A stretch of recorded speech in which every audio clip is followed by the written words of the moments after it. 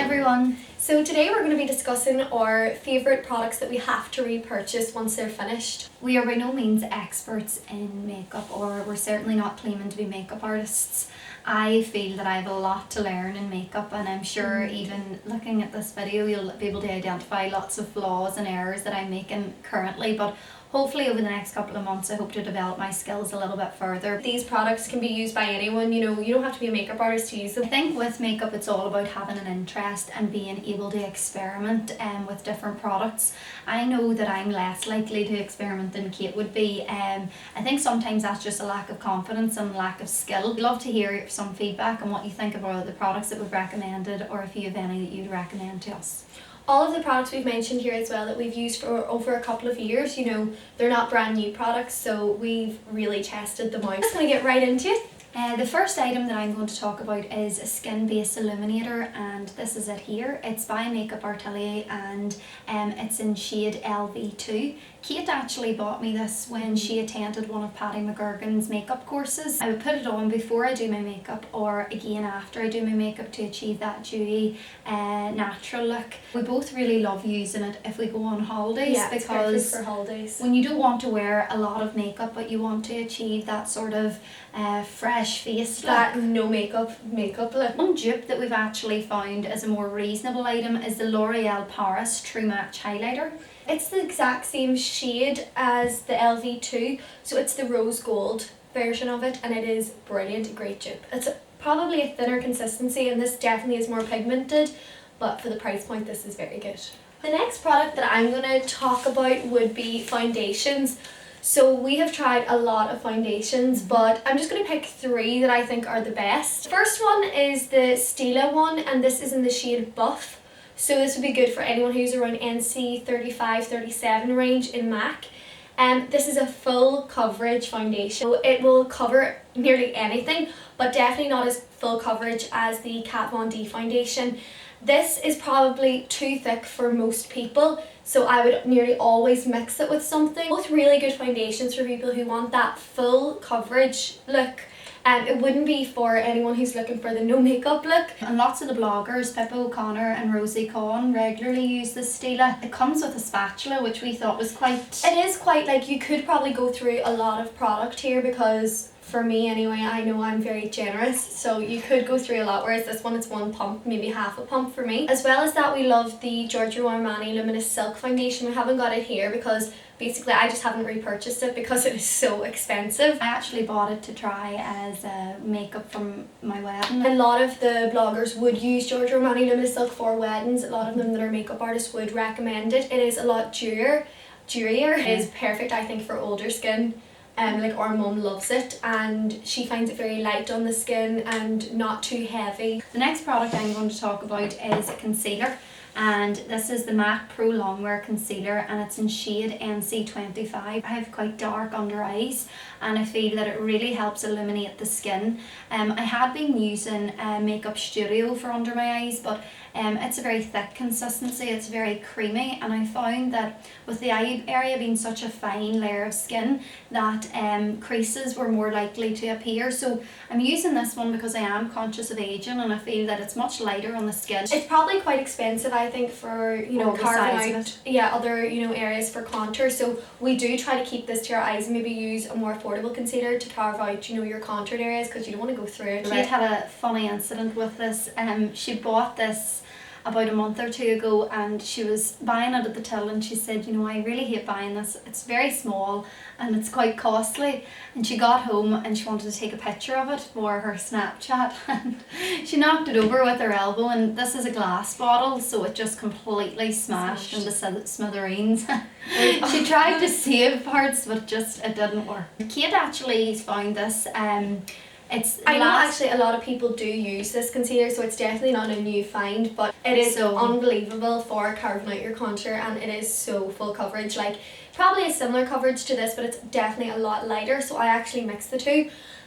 Because I hate my concealer to be ridiculously light compared to my quite dark foundation. It is something you really notice, especially in photographs after you take them, and maybe now it'll show up on the camera, but sometimes your under eye can be too white, and it's really achieving that balance. Next product that I'll probably talk about is the Laura Mercier translucent powder. So I'm sure a lot of you have heard about this powder. It is unbelievable. I use this to set my concealer, so I would normally apply my concealer with the damp beauty blender, blend that out, and then use the same damp beauty blender, I know this is going to sound crazy, to set my under eye with powder. And normally that is like breaking the biggest rule in makeup, that you would use a damp product with a powder, but it works really, really well to achieve like a flawless like finish, and I suppose it's very good for baking as well, if you bake your contour or your under eye. A single makeup artist talks about the Laura Mercier. I don't have it, and hopefully I will buy it, but it's quite expensive. It is quite. I've had it for since August, and like I'd say I will have it to next August. Hopefully. Yeah, I would say you will. Yeah. Because I don't use a lot of it, but I suppose I use a good bit of it every day. Use it every day. Oh yeah, I use it every day, and it's the trick with it is it's a very finely milled powder. So with a chunkier powder, you'll notice it, you'll see it on your skin. This powder you probably will never see, and you probably would never notice someone wearing it. Yeah. But it will just set your whole makeup. It won't move for the whole day. If you have oilier skin, this is perfect for you. But also if you do have drier skin, it won't set in fine lines or, you know, crease your foundation. Yeah. So it's ideal for most skin types, and I think that's why all makeup artists keep it in their kit. What I'm going to talk about is an Urban Decay eyeshadow, and this is in shade Riff. As you can see here, mine's is nearly done. I bought this after following Rosie Kohl, one of the makeup artists in Dublin, and she used it on her eye, and I felt it was one colour, that was all she used, but it achieved such a lovely look, and it really looked like she had put a lot of effort in, when really it was just one eyeshadow. And I found I have so many eyeshadow palettes, I don't always know what I'm doing with them, whereas this is easy. I would describe the colour as a very warm brown with a hint or tones of orange within it, which is perfect for blue eyes because it helps them pop.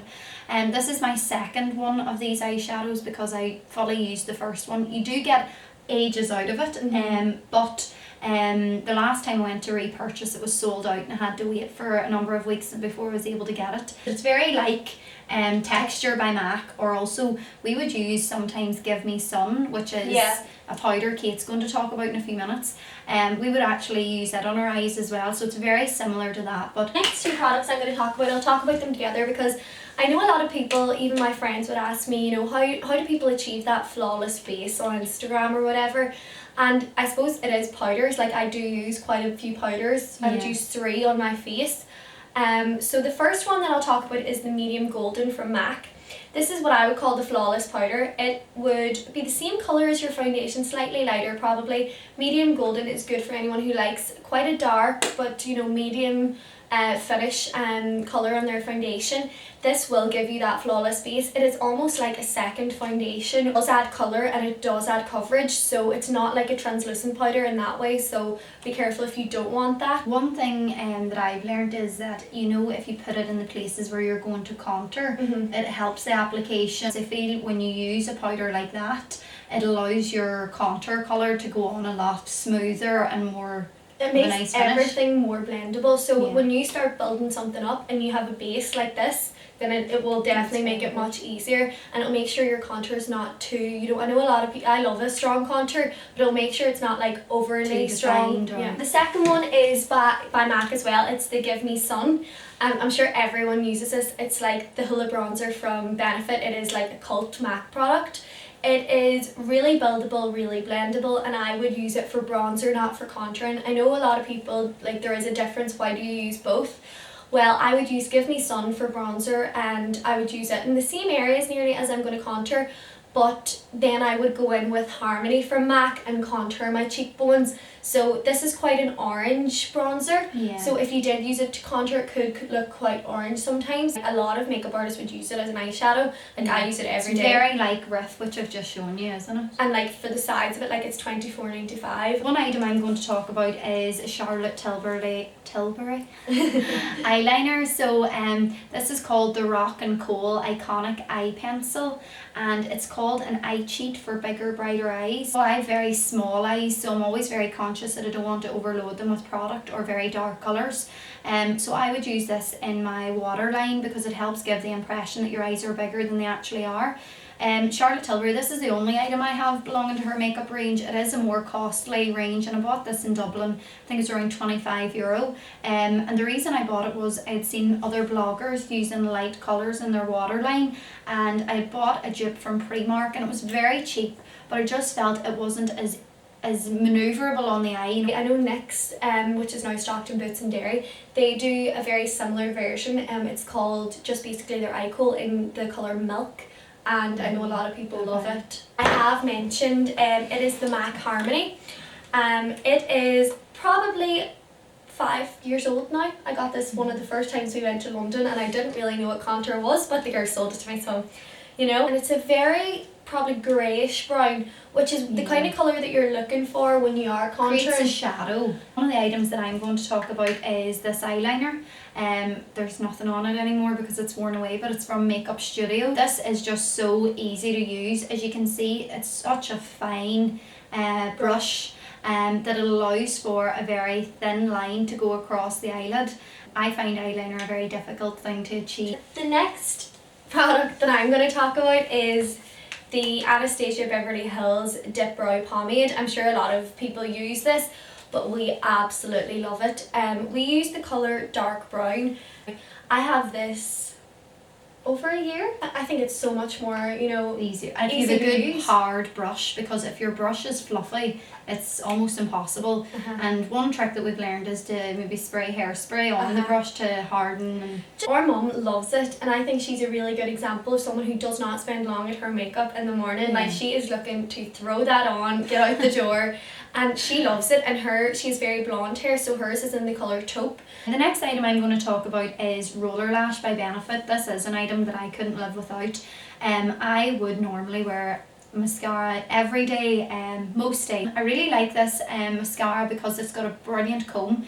My eyelashes, it's not that they're very, very long, but they're quite curly, and I just feel that this allows you to get right in at your eyelid, and it's a very black colour. The next product that I'm going to talk about is, well, the next product we're both going to talk about are highlighters. So this highlighter here is by Sleek, and I'm sure a lot of you have heard about it. I only use these two colours here at the bottom. It is absolutely brilliant. The pigment that you get from the highlighters are brilliant. It's very, very affordable. I'm going to talk about an Inglot highlighter. It's Sparkling Dust Face, Eyes, Body, and it's in shade 2. The reason I really like this one is because it's a lot more golden. I think it gives a lovely glow to the cheeks, but I would also use it sort of in the corners of your eye. Corners of my eye. That's probably for warmer skin tones, so if you like, you know, a darker foundation or a medium to dark foundation, that is probably a good highlighter for you if you want that golden look. Merry Luminizer works brilliant for people who have a lighter skin tone. My favourite highlighter of all time will still be the BECCA by Jaclyn Hill Champagne Pop. It is unbelievable. However, it's so finely milled that every time you drop it, it will crack. And the last products that I'm going to talk about are fixing sprays. So I absolutely love the MAC Fix Plus, and I use it every single day, if not a couple of times a day. It does go quite quickly, I think, and it is very expensive when you think about it, like £20 for water essentially. But we actually had a bit of a debate on this when Kate first bought it. I felt that it was very overpriced. She had the debate, but she still bought it. We absolutely love this because I feel like if you ever feel like your makeup is powdery or cakey or too dry or matte looking, I love it. It definitely works for me, and it makes my skin feel a lot, like it makes the makeup settle on my face. But this week we saw on LMD Snapchat, who we follow, and we love her makeup buys, because I just feel like anything she buys, you know, she buys it for a reason. Worth trying. We would buy nearly anything that she would recommend. She bought the New Look sprays recently, and she bought them by box load, so that tells me that they are definitely good. She found actually that lots of the ingredients in the New Look fixing spray matched what was in the MAC. And in the Urban Decay, and they're $4.99. I'm hoping that I don't have to buy this again, but I do love this, and I'm hoping that this will work in the same way as it does for pigmentation. So if I have a very, you know, glittery eyeshadow, I'll pick it up on a brush, spray that, and it'll become so much more intense and metallic, and I'm really hoping that this will do the same thing. Haven't tried it yet, but we'll let you know. So that's all of our cult products that we have to repurchase. Thank you so much for watching. We do plan on doing a lot more videos like this, possibly on lipsticks and eyeshadows, so please post in our comment box if there's something that you'd like to see more of. And make sure to give us a like on Facebook, and you can follow, you know, we post daily there of different things that we find. Subscribe to our YouTube channel, Style by Sisters. Talk about today some of the products that we feel are great at achieving what are they great at achieving? Just would like to say as well, no. They are very... Right, no. Bye!